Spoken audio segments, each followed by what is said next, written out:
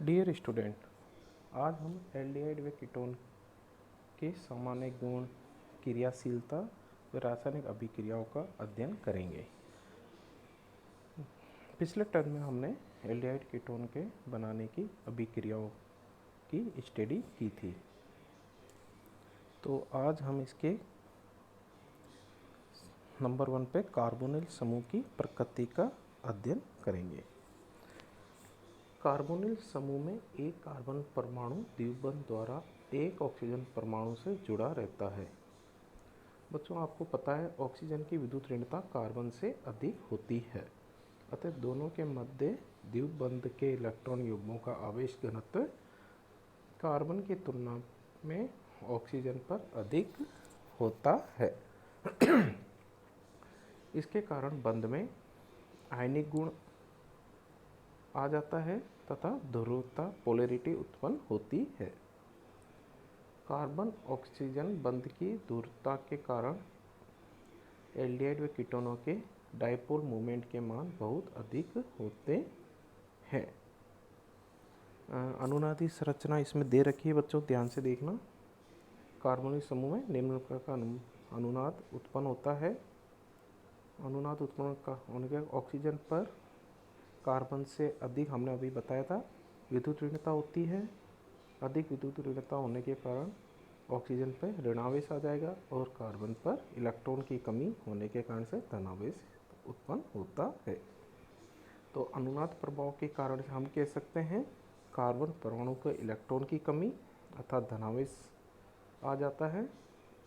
और धनावेश आने के कारण से नाभिक स्नेही का आक्रमण कहाँ पर होगा? धनावेश पे। तो नाभिक स्नेही योगात्मक अभिक्रियाएं संपन्न होती है। किस पे होती है? कार्बन धनायन पर।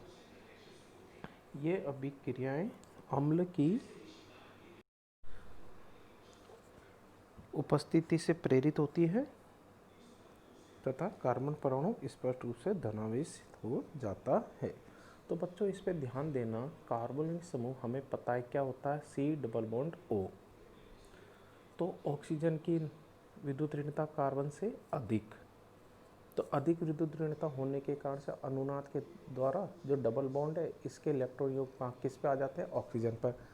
तो ऑक्सीजन पर क्या हो जाता है? ऋणावेशित। और कार्बन क्या हो जाएगा? धनावेशित। और धनावेशित कार्बन होने के कारण से नाभिक स्नेही का आक्रमण कहाँ पर होगा? धनावेश पर। तो अब नाभिक स्नेही योगात्मक अभिक्रियाएं संपन्न होती है।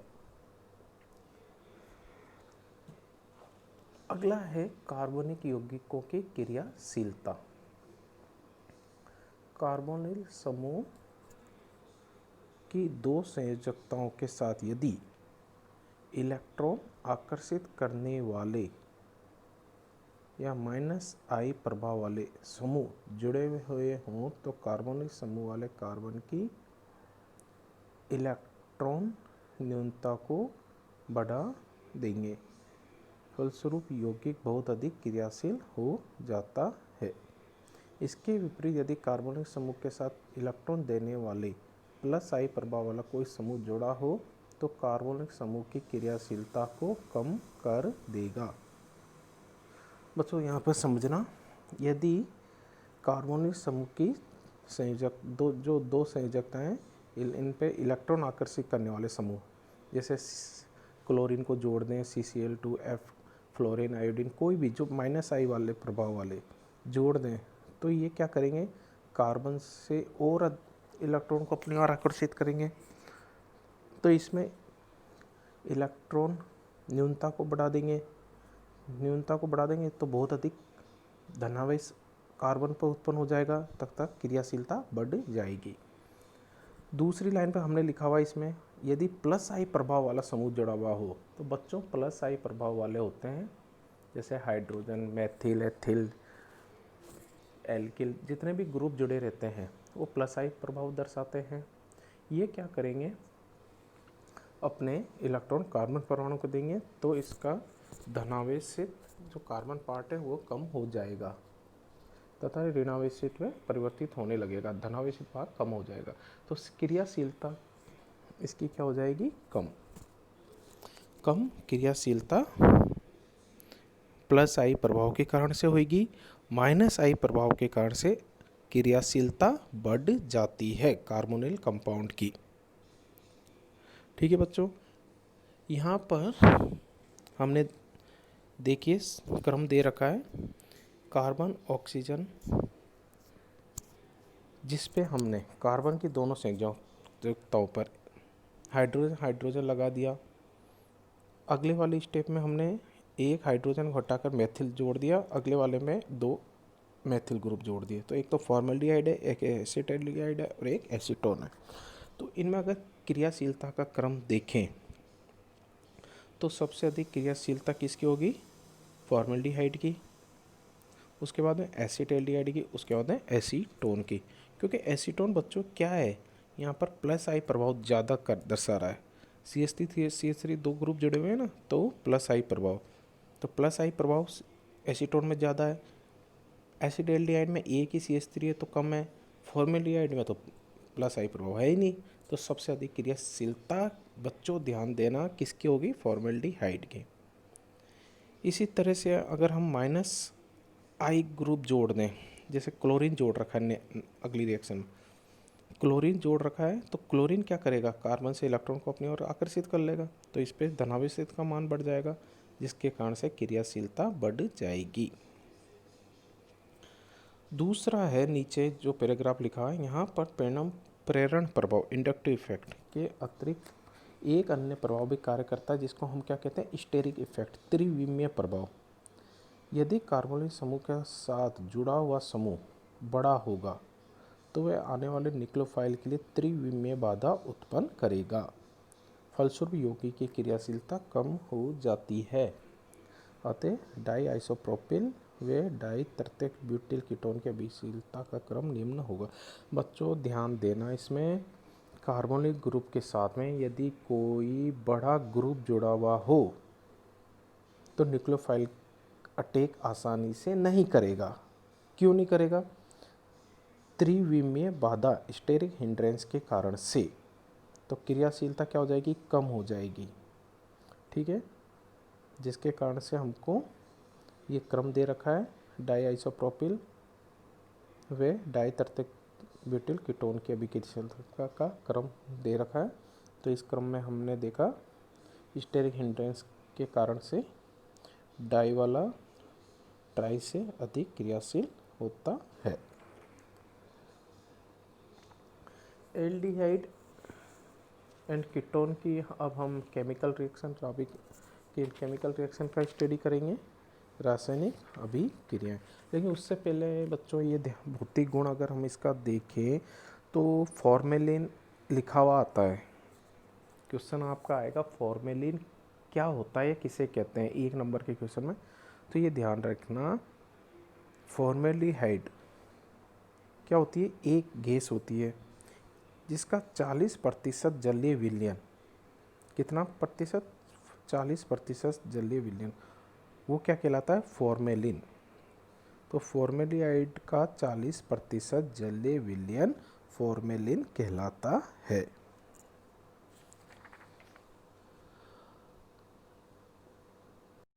और दूसरा अगर भौतिक इसका गुण पढ़ें तो हम इसमें एक और है कि निम्नतर यौगिक तो जल में विलयशील होते हैं, जबकि अणु बाहर बढ़ने के साथ साथ कार्बोनिल कंपाउंड में विलयता कम होती जाती है। क्योंकि बच्चों क्या होता है, निम्नतर जो कार्बोनिल यौगिक होते हैं वो जल के साथ में हाइड्रेट बनाकर जलयोजित हो जाते हैं। क्या बनाकर? हाइड्रेट। जबकि उच्चतर यौगिक एल्किल मूलक का बड़ा आकार होने के कारण से हाइड्रेट नहीं बना पाते हैं, जिसके कारण से ये जल में अविलयशील होते हैं। रासायनिक अभिक्रियाएं नंबर 1 पर नाभिक स्नेही योगात्मक अभिक्रियाएं। ये कार्बोनिल यौगिकों की महत्वपूर्ण अभिक्रियाएं होती हैं। कार्बोनिल जो समूह होता है उसमें पोलैरिटी ध्रुवता के कारण कार्बन परमाणु पर बच्चों हमने पढ़ा था धनावेशित आ जाता है, जिस पर न्यूक्लियोफाइल का आक्रमण आसानी से होता है तथा हमें यौगोत्पाद प्राप्त होता है और यौगिकत्वाद प्राप्त होता है, बन जाता है। निम्न प्रकार से अभिक्रिया दर्शाई गई है। कार्बोनिल कंपाउंड नाभिक स्नेह हमने अभिकर्मक लिया तो हाइड्रोजन का अटैक ऑक्सीजन पर होगा तो OH आयन बन गया और न्यूक्लियोफाइल किस पे, कार्बन पर, तो हमको ये यौगिकोत्पाद प्राप्त होता है। अगली ही इसमें रिएक्शन है हाइड्रोजन साइनाइड का योग। अब इसमें जो रिएक्शन आएगी उनका हम अध्ययन करते हैं। सबसे पहले हमने करा इसके अंदर हाइड्रोजन साइनाइड, कार्बोनिल यौगिक हाइड्रोजन साइनाइड के साथ योग करके साइनोहाइड्रीन बनाते हैं, जो जल गठित होकर के हाइड्रोक्सी अम्ल बनाते हैं। तो बच्चों ध्यान देना इस पे रिएक्शन। हमने कार्बोनिल की HCN पे रिएक्शन कराई तो कार्बन पर पॉजिटिव, तो पॉजिटिव पे CN नेगेटिव ने अटैक किया तो OH और CN यौगिकोत्पाद बना, जिसका हमने जल योजन कराया तो जल अपघटित होकर के ये क्या बन गए, हाइड्रोक्सी कंपाउंड बनाते हैं। जैसे नीचे हमने एसिड एल्डिहाइड लिया, हाइड्रोजन साइनाइड से रिएक्शन कराई और फिर हमको क्या प्राप्त होगा, लैक्टिक अम्ल। दूसरा एल्कोहल का योग। एल्कोहल का योग कार्बोनिल यौगिक में हमने इसके अंदर ROH, कार्बोनिल यौगिक एल्कोहल के साथ योग करने पर पहले हेमी एसिटेल बनाते हैं, फिर एसिटेल बनाते हैं। जब ये कीटोन्स की करवा रहे हैं हम तो पहले हमें हेमिकेटेल प्राप्त होता है, फिर वापस जब इसका योग किया जाता है एल्कोहल का तो हमें कीटेल यौगिक प्राप्त होता है। नेक्स्ट रिएक्शन है जल के साथ में योग। बच्चों इसमें ध्यान देना, कार्बोनिल यौगिक तनु अम्लीय अथवा क्षारीय माध्यम में जल के साथ योग करने पर क्या बनाते हैं, जैम डाइओल। यह अस्थायी होते हैं अतः इन्हें प्राप्त नहीं किया जा सकता है, परंतु यदि कार्बोनिल समूह पर कोई इलेक्ट्रॉन आकर्षित करने वाला प्रतिस्थापित समूह जुड़ा हुआ हो तो स्थायी हाइड्रेट प्राप्त होते हैं। तो यहाँ हमने अगर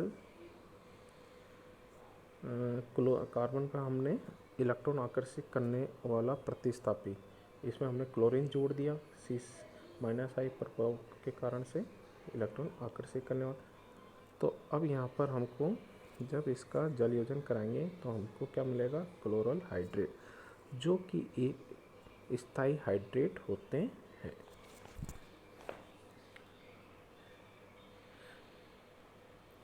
नेक्स्ट टर्न पे बच्चों हम इसकी महत्वपूर्ण अभिक्रियाएं की स्टडी करेंगे। एल्डिहाइड एंड कीटोन की नेम रिएक्शन हैं, इम्पोर्टेंट रिएक्शन। नेक्स्ट टर्न पे हम इसकी स्टडी करेंगे।